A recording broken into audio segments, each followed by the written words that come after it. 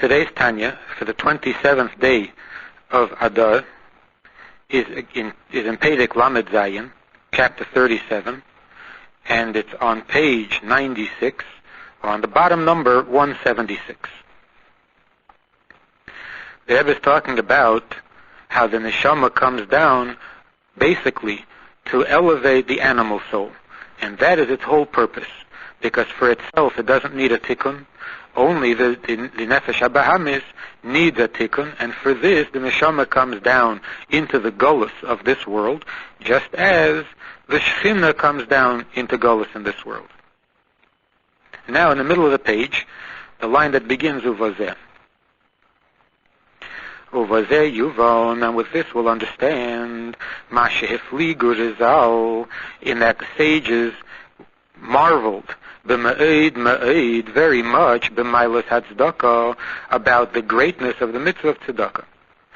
Omru, and they said sheshkula keneged kol hamitzvahs, that the mitzvah of tzedakah is equal to all other mitzvahs. The whole Talmud Yerushalmi, and throughout the Gemara of Yerushalmi, he nikras b'shem mitzvah stam. The mitzvah of tzedakah is called mitzvah stam, ki kach hoya hergil haloshen, because this was the common expression likre tzedakah b'shem mitzvah stam, to refer to tzedakah with the word mitzvah. Because tzedakah is the main mitzvah of the active mitzvahs, and it is greater than the rest.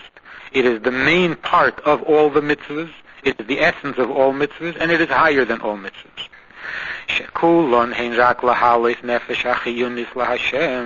Because all mitzvahs are mitzvahs maisiyos, are for elevating the animal soul to God, because it is the animal soul that fulfills the mitzvah, and it's the animal soul that is clothed in the mitzvah, as we said earlier, that it's the animal soul that moves the body, that activates the body, and the body is doing the mitzvah. So it's the animal soul that is clothed in that act, and that's how it becomes absorbed into godliness. The godliness that is clothed within the mitzvah.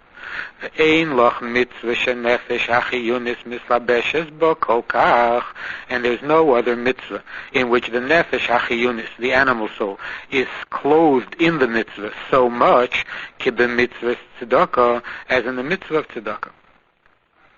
And how is that?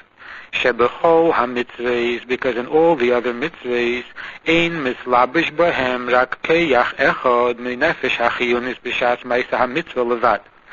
Because in all other mitzvahs, it is only one keyach of the nefesh hachiyunis, it is only one keyach of the animal soul that is clothed in that mitzvah. As for example,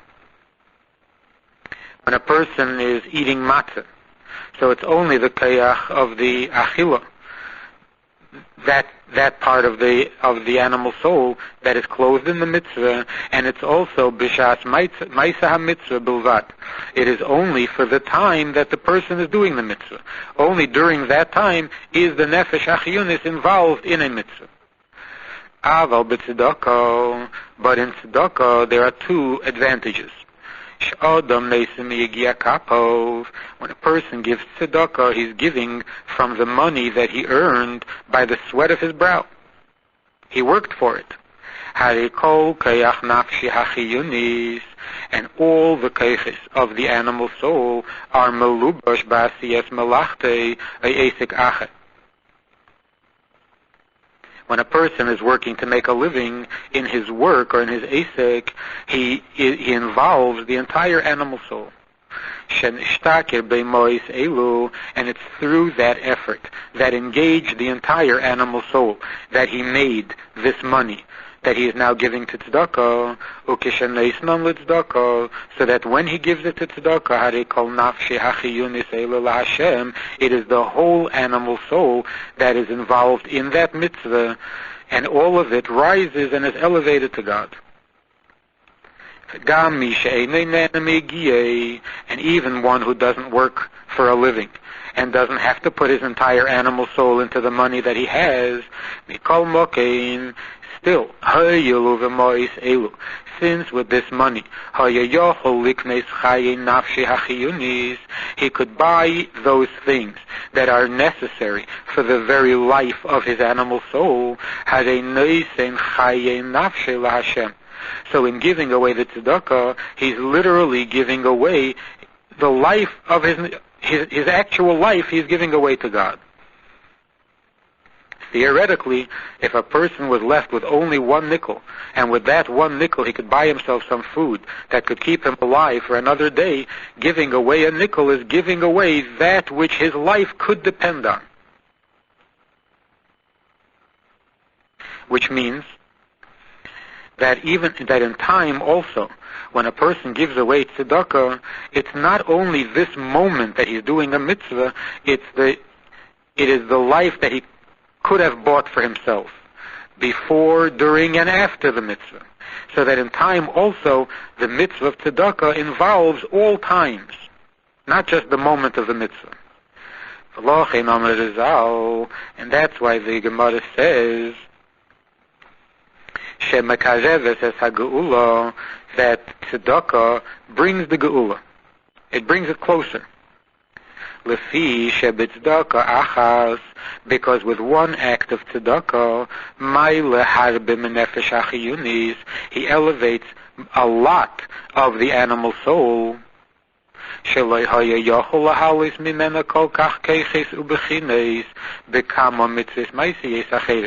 which he would not be able to elevate so many parts and so many keiches of the animal soul with any other mitzvah. So in giving tzedakah, he is elevating more of the animal soul, and thereby creating a greater dira b'tachtenim, and that is the hachana to the coming of Mashiach. And the hachana to Mashiach also brings Mashiach closer, because the more the keli is ready, the sooner the can come. And so in making a dira b'tachtenim for the Eibishter through the animal soul, which also affects his portion of the physical world, the physical existence, and the physical things that he uses, not only in the act of the mitzvah, but also that which brought him to the mitzvah and that kept him alive and that keeps him comfortable so that he can do the mitzvah, all of those things become a dira b'tachtenim.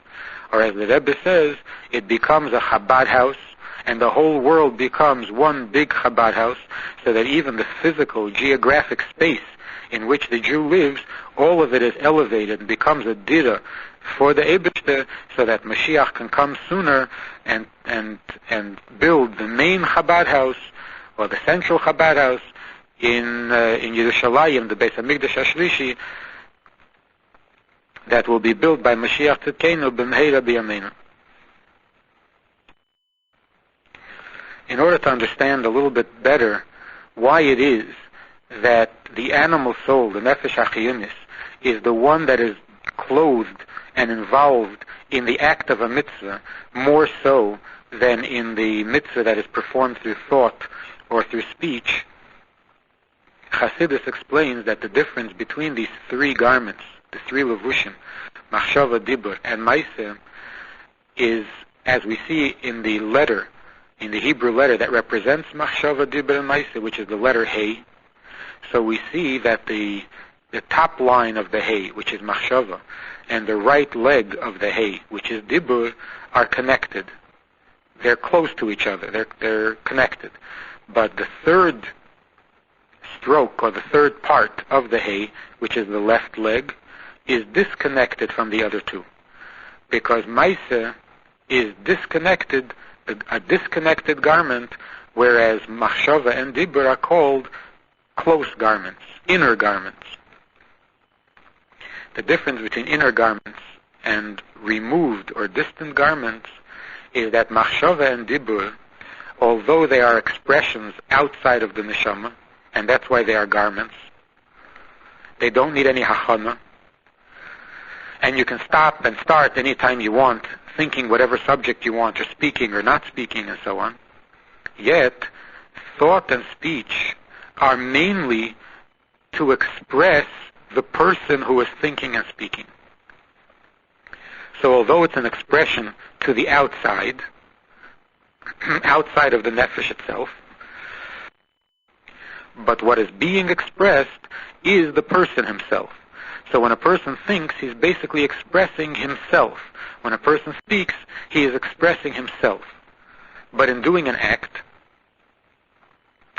you act on a physical object, and a physical object is far removed from the nefesh, and therefore in the act, the person is not so much expressing himself as he is following the demands of the object with which he is working.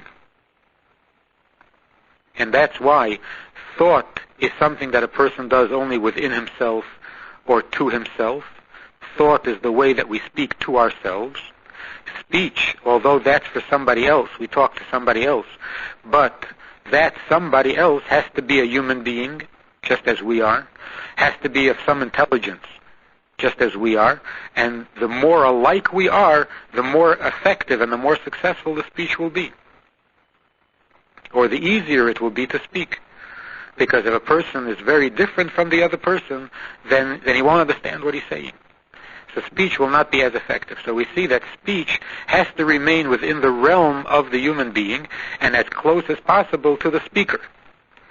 Whereas action is totally removed from the speaker. When you act on a piece of leather or on a piece of copper or on a piece of marble. And here, you can't express so much yourself, you have to do what the object demands. You can only do certain things with wood, which you can't do with metal. You can do certain things with metal you can't do with wood, and so on. So, the most external act, which is the kaya hamaisa, there, the nefesh itself is not expressed so much. It is more the object itself. And that's where the animal soul comes in, because there the animal soul takes the primary role. It is the most external part of the person, and that's the part that gets involved with this most external of the garments, the kaya hamaisa. And that's why in studying Torah and davening or in learning,